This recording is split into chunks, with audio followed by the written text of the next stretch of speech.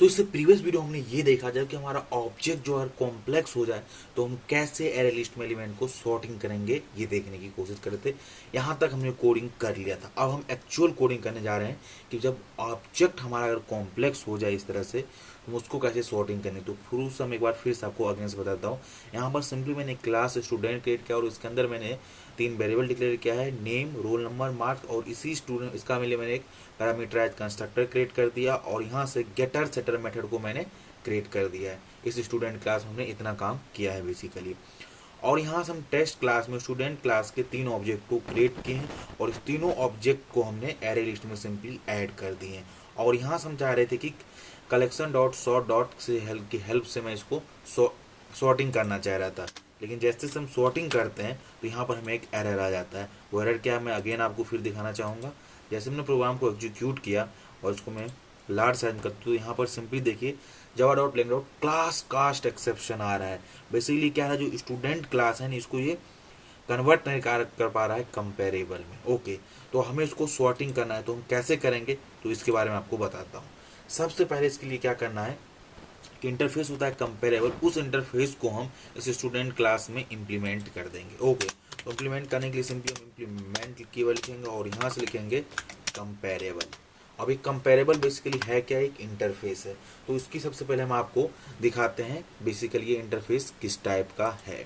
तो यहाँ पर सिंपली हम इसको सेलेक्ट करेंगे और F3 लिखेंगे, तो यहाँ से कंपेरेबल इंटरफेस का इम्प्लीमेंटेशन है। और इस कंपेरेबल इंटरफेस के इनसाइड एक मेथड है, उस मेथड है कंपेयर टू मेथड। और बेसिकली कंपेयर टू मेथड काम कैसे करता है इसके बारे में मैं बताता हूँ।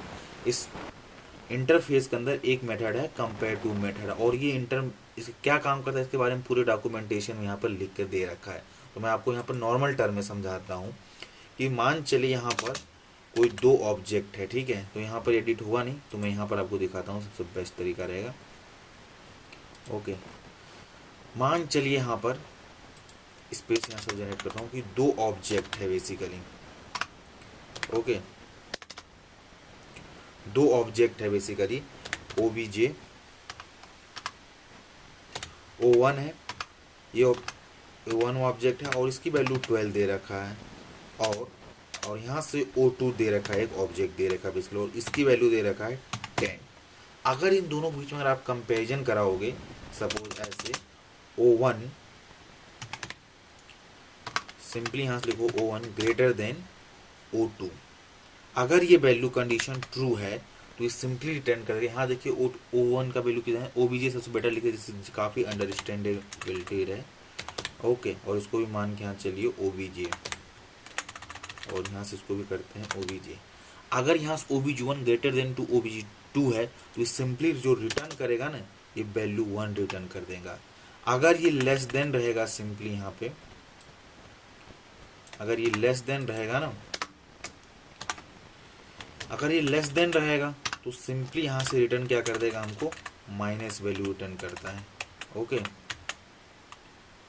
सिंपली यहाँ से माइनस वैल्यू -1 रिटर्न कर देता है। अगर दोनों इक्वल है आपस में, OBJ1 इक्वल OBJ अगर 2 है सिंपली, तो ये सिंपली रिटर्न कर देता है 0।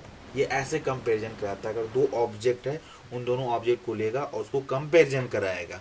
ओके, OBJ1 अगर ग्रेटर देन टू OBJ2 है तो रिटर्न करेगा 1। अगर OBJ माइनस पहला ऑब्जेक्ट दूसरे ऑब्जेक्ट से अगर लेस देन है तो -1 करेगा। दोनों ऑब्जेक्ट एक दूसरे को इक्वल है तो 0 करेगा। तो बेसिकली यहाँ पर हो क्या रहा है कि हम कंपैरिजन कराएंगे। जब हम कंपैरिजन कराएंगे ना, इस ऑब्जेक्ट के जो 3 वैल्यू हम दे रखा है, नेम, मार्क्स, रोल नंबर, तब हम इसको यहाँ पर ये बोलेंगे कि भाई हमको जो कंपैरिजन करवाना है वो मार्क के बेसिस पे कराना है या रोल नंबर के बेसिस पे कराना है या नेम के बेसिस पे कराना है। तो एक हमको वेरिएबल्स को बताना पड़ेगा कि इस बेसिस पे तुम कंपैरिजन करो। अब यहाँ पर क्या है कि कंपैरिजन बेसिकली डिसाइड नहीं हो पा रहा कि किसके बेसिस पे कंपैरिजन हो, इसलिए यहाँ पर हमको ये एरर आ रहा है। तो हम जब कंपैरिजन परफॉर्म कराएंगे तो मैनुअली हम बोलेंगे एक्सप्लिसिटली कि नहीं, हमारा जब कंपैरिजन हो तो बेसिकली इस वेरिएबल के अकॉर्डिंग हो। तो ये कैसे कहेंगे, with the help of compare to method. इसीलिए हमने इसे कंपेरेबल इंटरफेस को यहाँ से इंप्लीमेंट किया है। और ये जानते हैं जो कंपेयर टू मेथड है वो अब्स्ट्रैक्ट मेथड है, और जब भी हम किसी इंटरफेस के अंदर अगर एब्स्ट्रैक्ट मेथड है तो जो क्लास उसको इम्प्लीमेंट करता है तो इस क्लास की रिस्पॉन्सिबिलिटी उस मेथड की बॉडी को प्रोवाइड करना है, इसीलिए यहाँ पर ये एरर आ रहा है। तो जैसे यहाँ पर हम क्लिक करेंगे, देखिए लिखा है ऐड अन इम्प्लीमेंट मेथड, जैसे इस पर हम क्लिक करेंगे, एंटर हिट करेंगे तो यहाँ पर हमारे लास्ट में देखिए एक मेथड हमारा ओवरराइड हुआ है। कौन सी मेथड है? कंपेयर टू ऑब्जेक्ट एरे, इसमें ऑब्जेक्ट टाइप आर्गूमेंट आ रहा है। ओके, अब यहाँ पर हमें ये बताना है कि हमें किस वेरिएबल के बेसिस पे अपने कंपैरिजन ऑपरेशन को परफॉर्म करना है बेसिकली। तो इसके लिए यहाँ पर हम सिंपली लिखेंगे इफ, और यहाँ पर हम दे देंगे दिस डॉट, हम चाहते हैं कि मार्क जो हमारा वेरिएबल है इसकी बेसिस पे हम इसकी कंपेरिजन करें। लेकिन यहाँ पर जो डाटा हमारा ऑब्जेक्ट टाइप दे रखा है और हमारा यहाँ पर डाटा किस टाइप का है?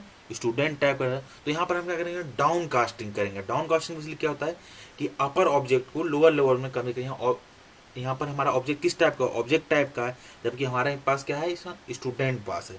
तो इसको हम क्या करेंगे? इस ऑब्जेक्ट को हम यहाँ पर स्टूडेंट में कन्वर्ट करेंगे, जो कि मैंने इंटरफेस और पॉलीमॉर्फिज्म कॉन्सेप्ट में बताया था कि कैसे आप किसी ऑब्जेक्ट को डाउन कास्टिंग कर सकते हैं। अगर आपने अब तक को वीडियो एक्सेस नहीं किया तो उस वीडियो को एक्सेस करिए, यहाँ पर मैं तभी समझाने की कोशिश करूंगा। तो डाउन कास्टिंग करने के लिए हम क्या करना है? इस ऑब्जेक्ट को स्टूडेंट में कन्वर्ट करना है। तो सिंपली सबसे पहले यहाँ पर लिखेंगे स्टूडेंट, स्टूडेंट, और बाहर इससे निकलेंगे और यहाँ पर लेंगे और इस ओ को लेंगे और इन दोनों को हम एक फिर से ब्रैकेट में यहाँ दे देंगे। ओके, अब ये जो हमारा यहाँ से ना डॉट लगाएंगे और यहाँ से दे देंगे मार्क्स। अब हम जो मार्क्स पास किए हैं ना, ये ऑब्जेक्ट पास आएगा वो मार्क, और उस मार्क्स को ये ऑब्जेक्ट में उसमें जो हम ये वैल्यू मार्क देंगे ये ऑब्जेक्ट टाइप में कन्वर्ट हो जाएगा। इस ऑब्जेक्ट को अगेन हम क्या करेंगे? स्टूडेंट में कन्वर्ट करेंगे और इन दोनों को आपस में कंपेरिजन कराएंगे। बेसिकली यहाँ पर ये काम हो रहा है। ओके, तो यहाँ पर हमने मार्क्स लिख दिया और इसके अंदर हम आएंगे लूप के, और यहाँ क्या लिखा है? This dot marks greater than अगर वैल्यू है तो सिंपली क्या करेगा? यहाँ 1 रिटर्न कर देना चाहिए, जैसे कभी मैंने आपको बताया था।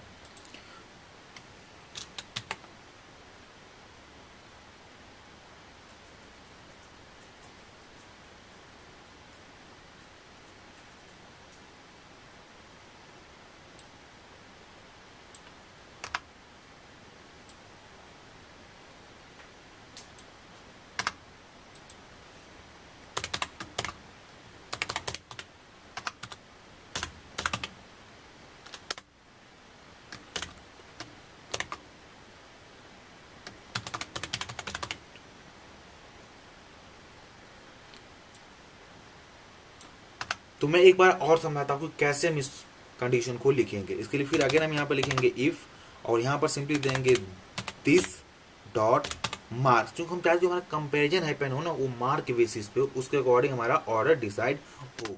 ओके, मार्क्स और ग्रेटर देन लिखेंगे, और यहाँ पर सिंपली हमें क्या करना है? डाउन कास्टिंग करना है। तो इसके अकॉर्डिंग करना है हमें स्टूडेंट में इस ऑब्जेक्ट को कन्वर्ट करना है। सिंपली यहाँ लिखेंगे स्टूडेंट, इसके बाहर आएंगे और यहाँ पर हम इस ऑब्जेक्ट को ओ पास कर देंगे, और इन दोनों को अगेन हम क्या करेंगे?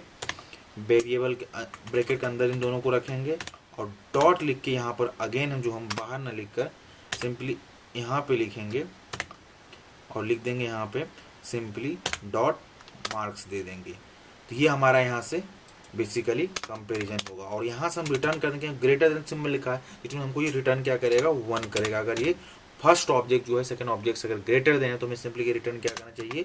1 रिटर्न करना चाहिए। हमने यहाँ पर मेंशन कर दिया है।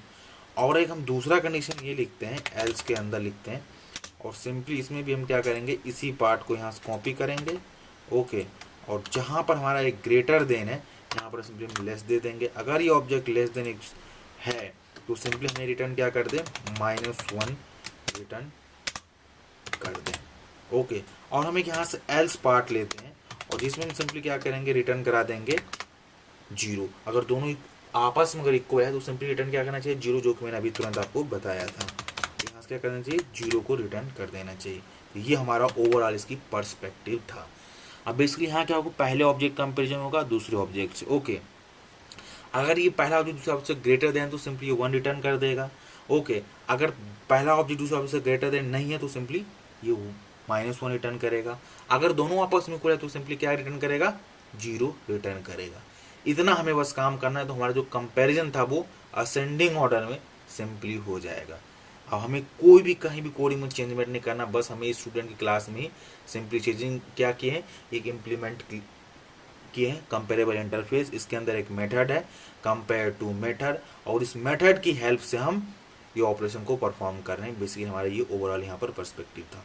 और यहाँ से हमारा एक एक टेस्ट क्लास है, यहाँ पर हम 3 ऑब्जेक्ट किए हैं और तीनों ऑब्जेक्ट को एरे लिस्ट में हमने ऐड कर दिया। और इस collection dot sort dot A list को अब हम कॉल करेंगे तो ये हमारा सिंपली जो है एरे लिस्ट को असेंडिंग ऑर्डर में कन्वर्ट करेगा on the basis of marks, क्योंकि यहाँ पर मार्क्स बेसिस कर रहे हैं। अगर यहाँ पे रिजल्ट दोगे तो रिजल्ट के बेसिस पे होगा, नेम दोगे तो नेम के बेसिस पे होगा। तो यहाँ से मार्क्स के बेसिस पे चाहते हैं कि हमारा असेंडिंग ऑर्डर हो। ओके, अब हम यहाँ सिंपली आते हैं, प्रोग्राम को सबसे पहले रन करते हैं और यहाँ लिखते जावा एप्लीकेशन पे आए रन किए। अब यहाँ से हम आपको थोड़ा आउटपुट यहाँ से दिखाते हैं। तो देखिए यहाँ ड्यूक का मार्क्स सबसे पहले रिकॉर्ड आ गया, क्योंकि ड्यूक का जो यहाँ हमारा 88 है, ओके 48 है सबसे लो बड़ा। बॉब्स का तो हमारा मार्क्स 78 है और जॉन का जो है 88 है हाईएस्ट मार्क्स। तो असेंडिंग ऑर्डर हमारा, पहला बार हमारा कोई असेंडिंग ऑर्डर है, लेकिन दूसरा वाला हमारा एक असेंडिंग ऑर्डर। तो इस तरीके से जब हमारा ऑब्जेक्ट अगर ना कॉम्प्लेक्स हो जाता है तो हम इस तरह से कंपैरिजन को परफॉर्म कराते हैं। ओके, तो यहाँ पर कुछ इसकी ड्रॉबैक है, वो मैं आपको नेक्स्ट वीडियो में बताऊंगा कि इसकी ड्रॉबैक क्या है और उस ड्रॉबैक को हम कैसे ओवरकम कर सकते हैं। इसके लिए भी इसका सॉल्यूशन है, वो भी आपको नेक्स्ट वीडियो में बताऊंगा विद ग्रेटर एक्सप्लेनेशन से। आई होप आपको वीडियो समझ आया।